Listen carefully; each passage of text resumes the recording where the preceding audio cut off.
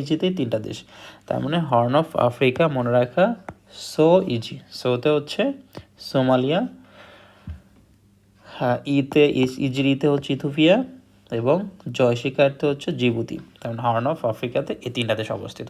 তবে যদি একেবারে শীর্ষে অবস্থিত কোন দেশ? সোমালিয়া, একেবারে ধরো এরকম হর্নের মধ্যে হয়েছে। ওকে, তো আমরা জানলাম। আর বিশ্বব্যাংকের কোন অঙ্গ সংকটটি তোমার সফট লোন উইন্ডো নামে পরিচিত? IDA, international development agency. Okay, কারণ এটা কি করে? যতটা সম্ভব সহজ শর্তে দারিদ্র দেশগুলোকে ঋণ দেয়। তারপরে সফট লোন উইন্ডো কোনটা? এইটা IDA। আর বাংলাদেশেও মায়ানমারকে ভাগ করছে কোন নদী? তোমরা সবাই জানো, সেটা নাফ নদী। এবং এই নাফ নদীটা তোমরা প্রচুর শুনেছো কখন? যখন এই যে মায়ানমার থেকে কি করে রোহিঙ্গা আমাদের ভাই বোন যারা আমাদের দেশে চলে আসছিল ওই পাশে, সেই মায়ানমারের সেনাবাহিনীর অত্যাচারে, তখন এই নাফ নদী পাড়ি দিয়েই তারা বাংলাদেশে আসছে। ওকে, হ্যাঁ, এরপরে দেখো এটা বাদ, এগুলো বাদ, এইখানে আমরা আসবো। সেটা হচ্ছে যে কোন নেতা ফরাজি আন্দোলনের নেতৃত্ব দেন? হাজি শরীয়তুল্লাহ। ভালো করে মনে রাখতে হবে, ফরাজি আন্দোলনের নেতৃত্ব দেন কি? হাজি শরীয়তুল্লাহ। সেটা আমরা ছোটবেলা থেকে পড়ে আসতেছিলাম সমাজ বিজ্ঞান বই। ওকে, তেঁতুলিয়া কোন জেলা অবস্থিত?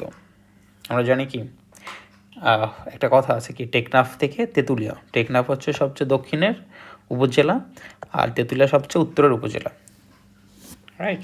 তারপরে তেঁতুলিয়া কোথায়? পঞ্চগড়ে। কারণ বাংলাদেশের সবচেয়ে উত্তরের জেলার নাম কি? পঞ্চগড়। সবচেয়ে উত্তরের উপজেলার নাম হচ্ছে তেঁতুলিয়া, রাইট? আর স্থানের নাম হচ্ছে কি? বাংলা বান্ধা। ওকে, সরি, স্থান বলতে মানে ইউনিয়ন আর কি। আর স্থান যদি আসে জায়গির জাত, এটা একটু মনে রাখবো। ইউনিয়নের নাম হচ্ছে বাংলা বান্ধা, আবার স্থান হচ্ছে জায়গির জাত। কে বাংলার রাজধানী ঢাকা থেকে মুর্শিদাবাদে স্থানান্তরিত করেন?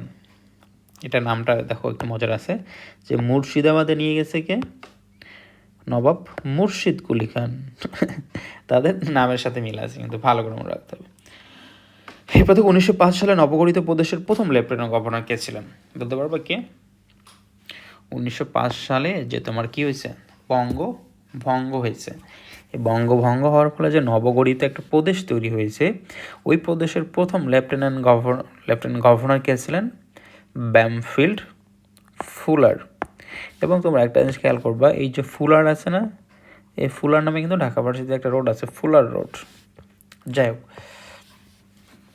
আচ্ছা তোমাদের কাছে একটা প্রশ্ন তাহলে বলো তো, যে বঙ্গভঙ্গ তো হয়েছে 1905 সালে, এখন যদি পরীক্ষা আসে বঙ্গভঙ্গ রোধ হয়েছে কত সালে?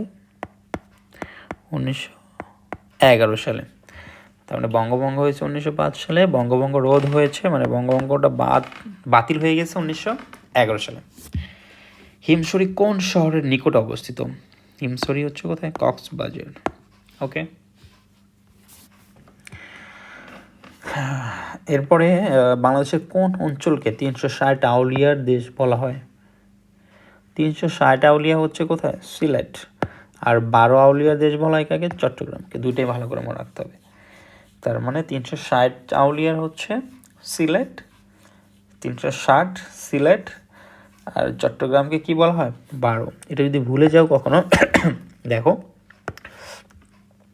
এমনি মনে রাখবা, 360 মানে সিলেট। শুধু তো 60 হবে না, 360 মানে 12 আর 360 কোন আউলিয়ার দেশ কোনটাকে বলা হয় এটা ভুলে গেলে মনে রাখবে। ওকে, 12 আউলিয়া দেশ মানে তো কোনটা? চট্টগ্রাম। ওকে, বাংলাদেশের পানি সম্পদের চাহিদা সবচেয়ে বেশি কোন খাতে? অবশ্যই কৃষি খাতে, আমরা জানি কৃষি প্রধান দেশ। এখান থেকে খুবই গুরুত্বপূর্ণ একটা প্রশ্ন আছে, সেটা হচ্ছে নিচে কোন তারিখে PLO মানে প্যালেস্টাইন লিবারেশন অর্গানাইজেশন এবং ইসরায়েল পারস্পরিক স্বীকৃতি দলিলে স্বাক্ষর করে? 13ই সেপ্টেম্বর 1993। একটু ভালো করে রাখতে হবে যে প্যালেস্টাইন লিবারেশন অর্গানাইজেশন PLO এবং ইসরায়েল পারস্পরিক স্বীকৃতি দলিলে স্বাক্ষর করে কত তারিখে? আগে সালটা মনে রাখো, 1993। কত তারিখে? 13ই সেপ্টেম্বর। ওকে, ভালো করে মনে রাখতে হবে। এরপর দেখো রিও ডি জেনিরোতে, এটাই দরকার নেই, বাদ। ক্লাব অফ ভিয়েনা, এটা একটু ভালো করে রাখতে হবে।